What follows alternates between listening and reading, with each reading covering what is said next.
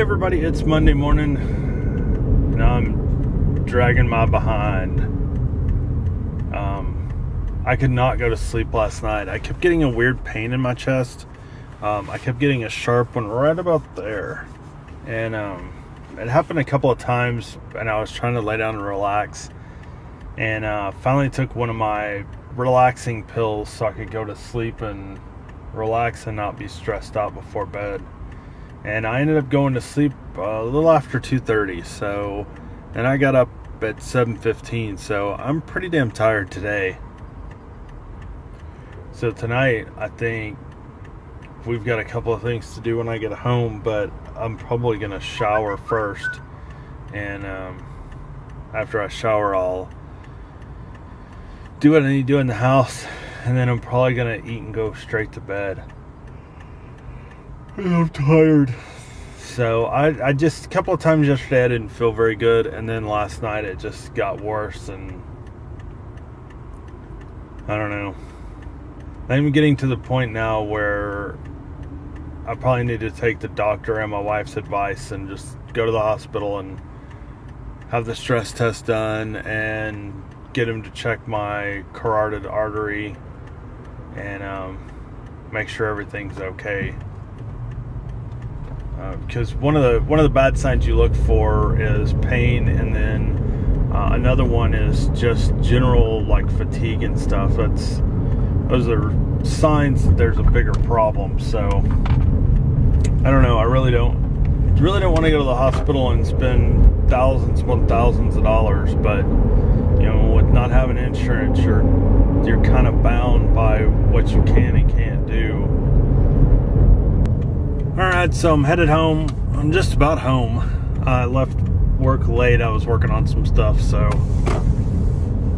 And it looks like my next prison trip will be Wednesday morning. Another 3:30 in the morning trip. Hey, at least you get to eat at IHOP for breakfast. And then on the way home for lunch, I'm probably, depending on when I get out of there, I'm going to go to K-Bob's in Brenham. I really like that place, and I don't know why. It's kind of just a cheapy place, but I actually liked it the time my wife and I went there, so I'm gonna go check it out again. Just depends. I may end up in a situation where I'm there most of the day, and then I may just stop and get something there, and then head to the house. So we'll just have to wait and see how Wednesday plays out. I'm hoping that everything goes really good and it's really smooth and no problems, and maybe we can finally get all their issues resolved and have nothing else to worry about. So I'm gonna go in and see what's for dinner. Another late night meal. This time it's Buc-ee's. So I'm waiting on my sandwiches and my fries for my wife. I'm having just a sandwich, no fries. But, so I figured I'd film while I'm waiting, because there's nobody in here tonight. I think this place is dead, which is not unusual for a Monday night. So, looks like my food's just about ready. Hopefully, because it's like 10:30 and I'm ready to eat. Alright, so I'm leaving Buc-ee's, got my food, got the drinks, headed back to the house. Really should be in bed, but I don't know, here the last few days I haven't been feeling good close to bedtime, and I've had a hard time going to sleep. And last night, I think partially because my wife was in the living room watching TV when I went to bed, but I literally didn't go to bed till after 2:30. I kept getting up and doing things and worrying about things, and that's just not my personality. That's not normally who I am. So it might be partially the medication or whatever causing it, but I hadn't taken any of the mood relaxer pills over the weekend because I didn't really feel, there's a couple of times I needed them, but I was trying to relax on my own. So I ended up taking one last night. It's the only reason I fell asleep. And I've been having some extra chest pain I've been taking one at night from time to time. I took one tonight, and of course I'm not sleepy. It's 10:50 at night, and I should already be asleep, and I can't sleep. It's just kind of how it is. But I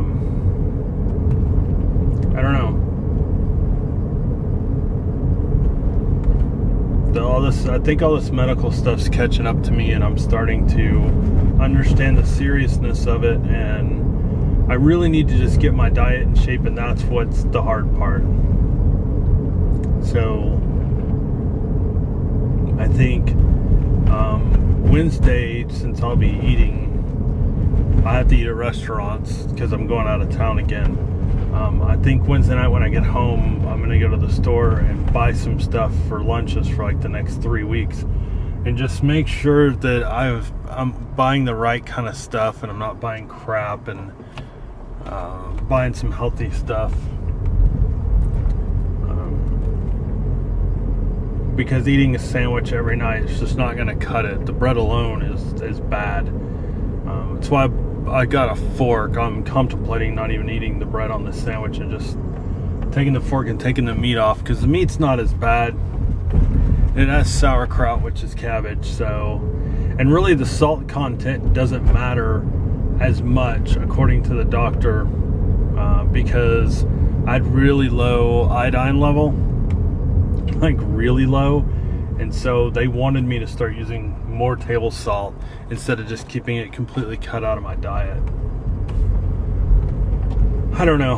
I'm worried that it's going to get bad enough that we're not going to get to go on vacation. I think that's why I've been putting off going to the hospital and getting checked out when I'm having problems. Because I'm afraid they're going to say, well, you probably shouldn't travel, with your heart the way it is, and blah, blah, blah. And I don't know that I could deal with that, because this trip's really important to my wife and I need to be able to get away and relax. So I know it's one of my fears right now, is that's what's going to happen. But and I'd love to say it's all getting better, but it really isn't. The chest pains have changed a little bit, and maybe they're not as frequent, but they've changed a little bit, which negates the frequency anyway. So, and once the doctor tells you something, especially like you're high risk for heart attack or stroke, I think about that all day long. So I need to be able to put that out of my mind and just say, I'm doing exactly what I'm supposed to do, and if it happens, I can't do anything about it. I'm taking my medicine, I'm eating what I'm supposed to be eating, and that's all I can do at this point, because I'm not even supposed to be exercising. So I really wanted to get back in the gym and start losing weight, but that's not going to happen until my thyroid and everything else levels out. But I don't want to take the heart medication, because it's been shown that it could increase your risk of diabetes, and I'm already like right at the borderline for that anyway.